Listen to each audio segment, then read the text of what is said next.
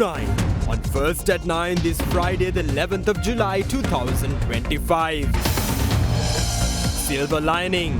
The UK's government unveils developing countries trading scheme to simplify imports from developing nations as Sri Lankan exports brace for impact.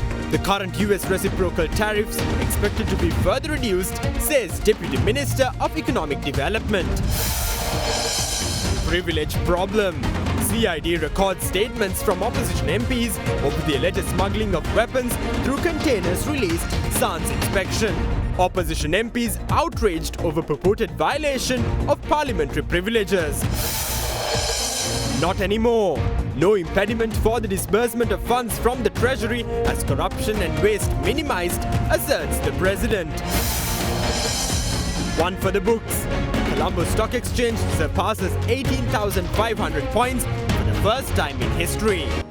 Enrolling now for the June 2025 intake and complete your degree in 2 years. Men are the tools. From Derana, this is Derana First at 9. Live from Studio 24 in Colombo. Good evening and welcome to Derana First at 9. I'm Aditya Drisingha joining you live with the latest in Sri Lanka and around the world, brought to you by the only Sri Lankan media network to rise to the pinnacle across all media platforms, recognized as the best by every survey and beloved by the people. Now, your top story tonight, as Sri Lankan exports brace for impact off the back of the US's decision to impose 30% reciprocal tariffs on Sri Lanka, the United Kingdom announced a package of reforms under its developing countries trading scheme to simplify imports from developing nations, including Sri Lanka, with the aim of supporting trade, jobs and growth between the UK and the developing world. Meanwhile, Deputy Minister of Economic Development Professor Anil Jayanta asserts that the 30% US reciprocal tariff expected to be levied on Sri Lanka could be further reduced. He went on to say that the relevant authorities plan to ink a bilateral agreement to that end. The 30% reciprocal tariffs imposed by the United States on Sri Lanka are expected to come into effect on the 1st of August. On the 2nd of April, President Trump initially declared that a 44% tariff would be imposed on Sri Lankan imports, acknowledging an 88% trade deficit between the two countries. However, President Trump confirmed via a letter on the 10th of July that tariffs would be dropped by 14% from the previously announced rate, bringing Sri Lanka's tariff rate down to 30%. Speaking at a press briefing yesterday, Finance Secretary Dr. Harshana Surya Perma and the Central Bank Governor Dr. Nandalal Veerasinghe claimed that the government is satisfied with the 14% reduction in US reciprocal tariffs. The duo further highlighted that more negotiations will be carried out with the US government during the upcoming week. In addition to the newly imposed 30% reciprocal tariff, the existing 10% tariff will also remain in effect, effectively resulting in a total tariff rate of 40% on Sri Lankan exports to the United States. Meanwhile, the UK's government announced yesterday a package of reforms under its developing countries trading scheme to simplify imports from developing nations such as Sri Lanka, Nigeria and the Philippines, aiming to support trade, jobs and growth between the UK and other developing nations. According to a press release by the British Department of Business and Trade, the changes include simplified rules of origin, allowing goods from countries such as Sri Lanka, particularly garments, to enter the United Kingdom tariff-free,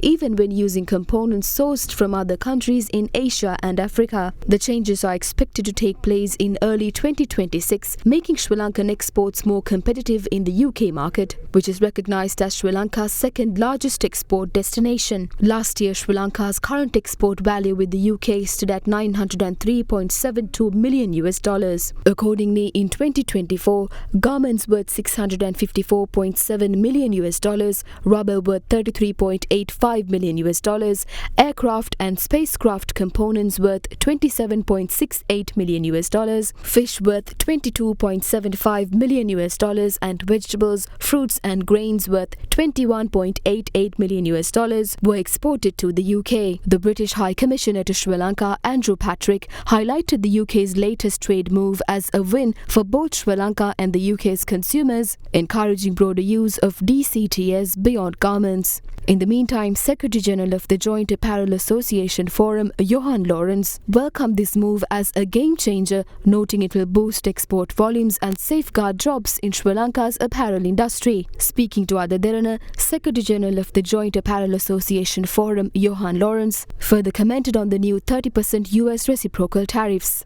It's clear that there is a window of opportunity for renegotiation of the reciprocal tariffs between now and the 1st of August. JAF is encouraged that the government is working very hard on this, and we are helping support that process in order to make sure that we can provide the information required, to make sure that we can have some meaningful discussions with the teams in the US in order to ensure that we get to a position that is better than the current 30% reciprocal tariff. We're also conscious that competitor countries are doing likewise, and it is therefore going to be crucial to see how quickly we can get to an agreement with the US ahead of the 1st of August deadline and staying below the tariff of our competitor countries. Meanwhile, more experts shared their thoughts on the US reciprocal tariffs against Sri Lanka. The recent US tariff revision from 44% to 30% offers some relief to Sri Lankan exporters. And we are very thankful for the government for negotiating for this tariff reduction. But it's still not enough, especially for critical sectors like apparel, rubber, and coconut-based products. Apparel exports to the US alone top 3 billion annually, and a 30% tariff risks losing market share to competitors like Vietnam and India, who enjoy better trade terms. The rubber industry is also severely affected, with over half of solitaires exports going to the US, and Sri Lanka's competitiveness now is at stake. The NCE urges urgent government intervention to reopen negotiations before the August 1st deadline. USA is the second largest tea importing country in the world due to its sheer market size. It is also one of the fastest growing tea markets in the world. Sri Lankan exporters have made significant inroads into the US market. At this crucial juncture, it is important that Sri Lanka is not disadvantaged by other tea producing countries having lesser tariffs. The reciprocal tariffs soon to hit Sri Lanka were at the centre of attention in Parliament today. This tariff severely affects the export sector, including the apparel industry. The entire nation is on high alert, and according to the Parliament standing orders, we requested that this issue be included in the agenda. We asked the government to present its official stance on this matter. In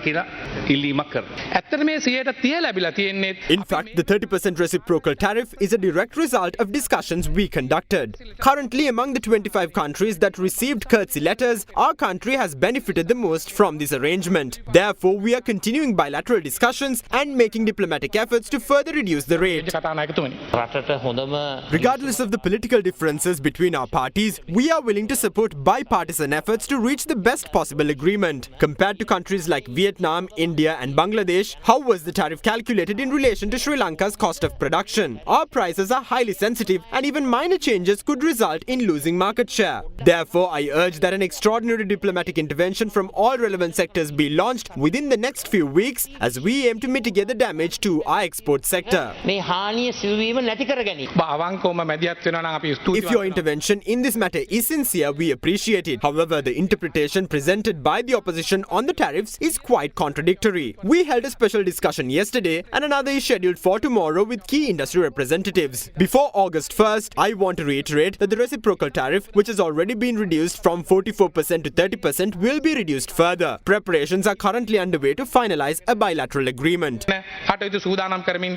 President Donald Trump says the US will impose a 35% tariff on imports from Canada next month and threatened to impose blanket tariffs of 15% or 20% on most other trade partners. Through a letter released on his social media platform, Trump told Mark Carney, the Canadian Prime Minister, that the new rate would go into effect on the 1st of August and would increase if Canada retaliated. Taking to X, Prime Minister Carney responded that his government would continue to defend Canadian workers and businesses in their negotiations with the US as they work towards that deadline. Crunchy goodness for hunger on the go. Yadia, lower වැඩියෙන්ම අලෙවි electric scooter Avance Auto වෙතින්. Now, Leader of the House, Minister Bimal Ratnayake, rejects all allegations directed at him, claiming that he issued orders for the release of 300-odd containers outside usual customs protocol. Meanwhile, Parliament heated up today over statements recorded by the Criminal Investigation Department from several opposition MPs with regard to the containers in question. We have no issue reporting to the CID. However, our concern is that action was taken against MP Archana over a privileged statement he made in Parliament. His request to speak on the breach of privilege was also denied by this House. Please don't infringe our rights. I get your point, and also the acting IGP had written, and I think the other members' issues are also mentioned in this. The Secretary General of Parliament you will get a copy from her. Sir, you said that he has been summoned because he has said something outside the Parliament. I have never spoken a single word outside the Parliament. So where the Parliament goes? Now the Parliament Speaker has given a letter to me saying that there are no things mentioned in the letter saying that 323 containers where the statement was taken based on my parliamentary speech. This is a joke. Thank you. Opposition MPs made statements within and outside Parliament claiming that the containers released carried weapons within them. Those statements were very serious. If weapons were in fact shipped as such to Sri Lanka, it would come at the risk of the country's national security. Therefore, all members of this House have the responsibility to share information in that regard with the police to ensure public safety, despite the statement being made in Parliament or outside it. Don't cower in fear after you make controversial allegations. Share all information you have on the matter. Don't hide behind your parliamentary privileges. When a startling revelation is made, which carries with it serious national security implications, it is the CID's job to summon those who made the revelations and conduct investigations. Do not be afraid. Provide the relevant information. Necessary investigations will follow thereafter.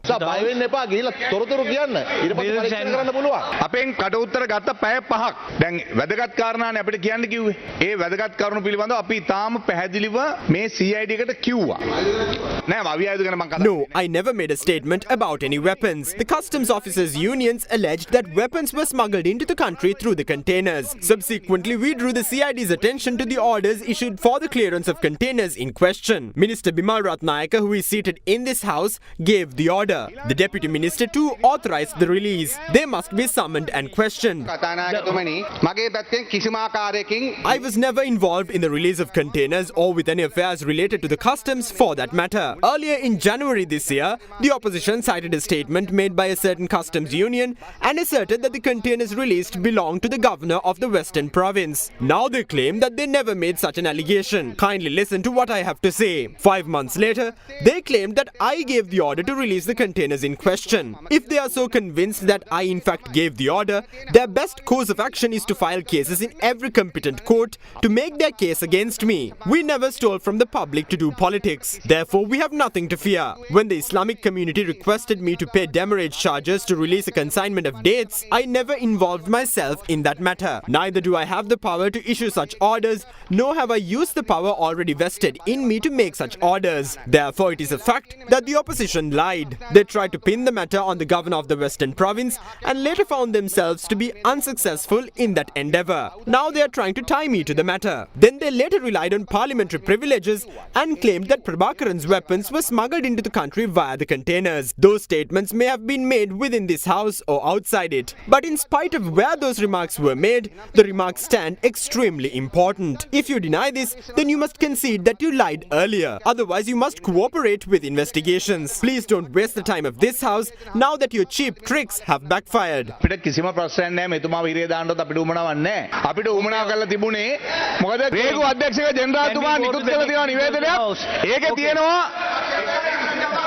Honourable Basan Samarasinghe, what is your point? Those who once claimed that Prabhakaran's weapons are being smuggled into the country now cower in fear when they're summoned by the CID. They lie in Parliament, knowing full well that what they say is in fact false. This is not a place to lie. Don't spread lies to gain the media spotlight. Speak the truth. Now, the criminal action filed against former Minister of Health Keheliya Rambukwala and 9 other suspects over the import of substandard vials of human immunoglobulin was taken up before the Colombo Permanent High Court trial at Bar today. Meanwhile, an application for bail pending appeal filed by former Minister Nalin Fernando was also taken up before the Colombo High Court trial at Bar today. The first hearing of the criminal action filed against the import of substandard vials of human immunoglobulin was taken up before the Colombo Permanent High Court trial at bar today. The 10 suspects, including former Minister of Health Keheliya Rambukwalla, appeared in court for the hearing. Appearing for the prosecution, Deputy Solicitor General Lakmini Girihagama revealed in court that although charges against the suspects have been compiled, the relevant annexures required to formally charge the suspects have not yet been received by the Attorney General's Department. She went on to say that owing to the complexity of the matter, the printing of annexures per suspect would cost the government a whopping 800,000 rupees. Furthermore, the Deputy Solicitor General submitted that the Attorney General's Department would only be able to take the delivery of the duly printed annexures from the government press in 21 days. Accordingly, the Deputy Solicitor General requested the trial at bar to take the matter up only after the annexures are made available to the relevant parties. After considering the request made, the 3-member bench of the High Court ordered the release of the suspects on anticipatory bail by the Magistrates' Court. The trial at bar also listed the case for the 16th of September, by which time the indictments are expected to be served. Meanwhile, an application for bail pending appeal filed by former Minister Nalin Fernando was taken up before the Colombo High Court trial at bar today. The former minister was recently sentenced to 25 years in prison for causing a 53 million rupee loss to the government by illegally purchasing 14,000 carom boards and 11,000 draft boards in the lead up to the 2015 presidential election. President's counsel Kalinga Indatissa, who appeared for Nalin Fernando in court, submitted that his client has filed an appeal with the Supreme Court against the prison sentence and fines imposed against him. Accordingly, the President's counsel requested the court to release his client on bail until the appeal is heard and a final judgment is rendered. After considering the plea made in court, the Colombo Permanent High Court trial at bar decided to fix the matter on the 25th of August. The trial at bar also issued a notice to the Bribery Commission to present its case against the bail pending appeal for the former minister in court on the 25th of August. In other updates out of court, the Colombo High Court today refixed 2 matters for hearing on the 28th of July. One matter refixed for the 28th of July is against former Minister Mervin Silva, while the other is against Mahinda Rajapaksa's son, Yoshitha Rajapaksa, and his grand aunt, Desi Forrest Wickramasinghe. In a separate development, the Commission to investigate allegations of bribery or corruption requested the Colombo Magistrates' Court to issue a warrant authorizing the arrest of former Minister Dr. Rajitha Senaratne. The Commission asserts that Dr. Senaratne deliberately avoids cooperating with the investigations launched by the Bribery Commission. Responding to the request made, the additional magistrate held that such a request cannot be granted by the Magistrates' Court without due reference to the investigation reports. The magistrate further added that the Bribery Commission has no legal impediment against arresting Dr. Rajitha Senaratne. Apico Next Gen. Make the leap to faster sleep. Now in other news, President Anurakumara Dissanayake says that there is no impediment for the disbursement of funds by the Treasury for public projects since the incumbent government has minimized corruption and waste. Addressing a district special coordination committee meeting in Hambantota, the President further states that steps have been taken to recruit 30,000 new professionals to strengthen the public service, which is currently in dilapidated condition. The Hambantota District Special Coordination Committee meeting was held this morning at the Hambantota District Secretariat Auditorium under the patronage of President Anurakumara Dissanayake. I was told that there is a shortage of 700 teachers. Who is in charge of provincial education? How many schools with less than 50 students are functioning? ඒකේ ගුරුවරු කීයක් ඉන්නවද? Sir ඒකේ සංඛ්‍යාව ගණනය කළා නෑ.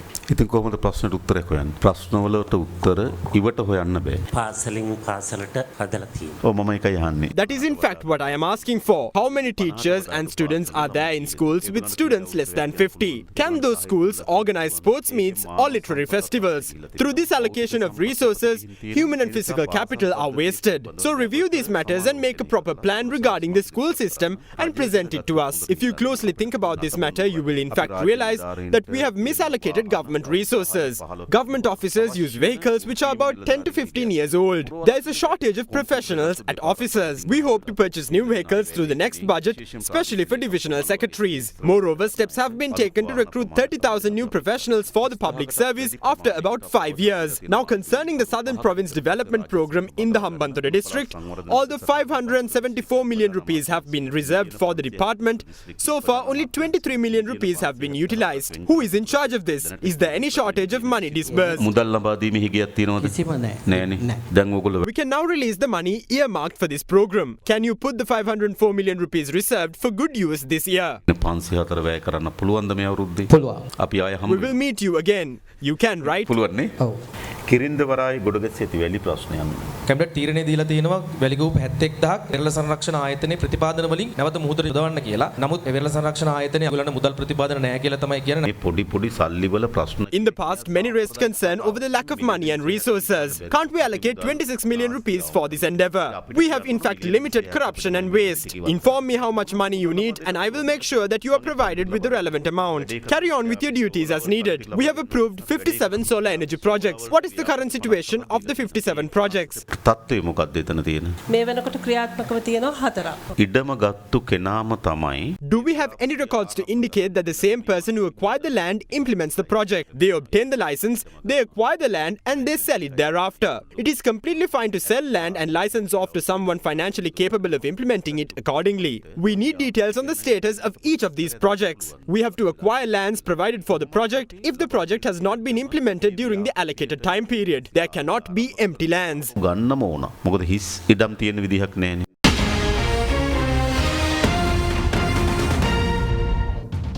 Welcome back. Now in more local news, a meeting between Minister of Health and Mass Media Dr. Nalinda Jayatissa and US Ambassador to Sri Lanka Julie Chang was held yesterday at the Ministry of Health premises.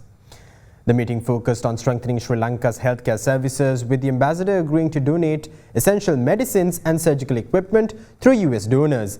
They also discussed the future of Sri Lanka's free healthcare system, dengue control and a national media policy. Plans for journalist training and establishing an accredited media institution were also shared. The US reaffirmed its long-term commitment to supporting Sri Lanka's health and media development. Minister of Transport, Highways, Ports and Civil Aviation Bimal Ratnayaka claims it will take several more years to make the Mattala Rajapaksa International Airport fully operational for commercial flights. Speaking after a tour of inspection at the airport yesterday, the minister emphasizes that the government is open to other investments and business opportunities surrounding the airport until the airport is made fully operational. අපි උත්සාහ කරනවා Mattala ගුවන්තොටුපළට plane ගෙන්නන්න පුළුවන් මට්ටමට ගොඩනගන්න. We're trying to rebuild the Mattala airport into one that is actively operational. We don't think it can be improved in a year or two. Airport incurs massive costs and debt, but the airport also brings with it certain advantages since it serves as an additional airport for the country. Transforming the airport into one that is ready for active operations is a massive task. We are currently discussing other projects such as airplane maintenance that can be set up here. The airport is situated at a scenic landscape and is also close to tourist hotspots. We are planning to set up solar panels in areas away from the runway. We will propose the idea to the Minister of Energy and discuss it with them. We have to pay a debt of $260 million by 2030 for this airport. We have also started cleaning up the airport premises with the help of the military. We have completed clearing up 69% of the area. It will be completed in about 1 month's time. The inner fence of the airport is 14.5 kilometers long. We are planning to set up a vertical electric fence in some stretches of that area. We will hire retired officers of the Wildlife Department, while officers of the Civil Security Service will be deployed to work under their guidance. The Defence Secretary has also agreed to this. They will guard the fence and prevent animals from wandering into the airport's premises. We will invest for the conservation of wildlife in areas surrounding the airport. At the last cabinet meeting, it was decided to establish a presidential investigation commission comprising officers of Sri Lanka Airlines and the airport and aviation services. Accordingly, corruption, bribery and misconduct that happened until 2025 in Sri Lankan Airlines and during the process of building this airport will be probed. අපි හිතනවා ජනාධිපති කමිටුවෙන් ඒ දූෂිතයන් අධිකරුවන් විශාල ප්‍රමාණයක් ලෙඩ දරුවෙක්.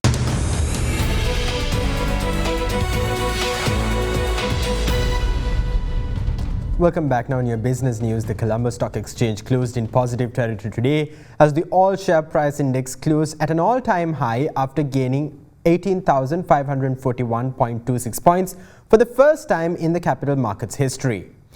Meanwhile, the more liquid S&P Sri Lanka 20 gained 2.39% to close at 5,486.50 points. Market turnover crossed 10.22 billion rupees.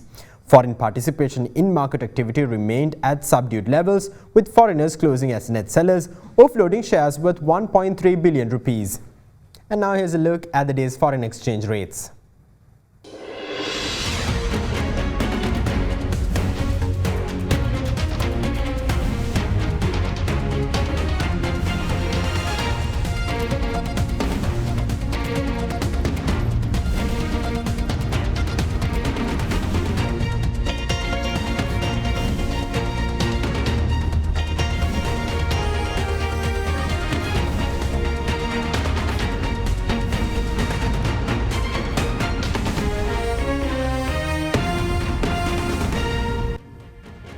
That's all for tonight from First at 9. For the latest developments around the clock, stay in touch with Ada Derana, the Sri Lankan brand of international excellence.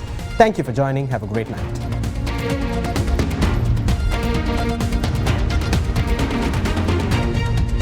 For news and information you can trust 24 hours a day, visit adaderana.lk.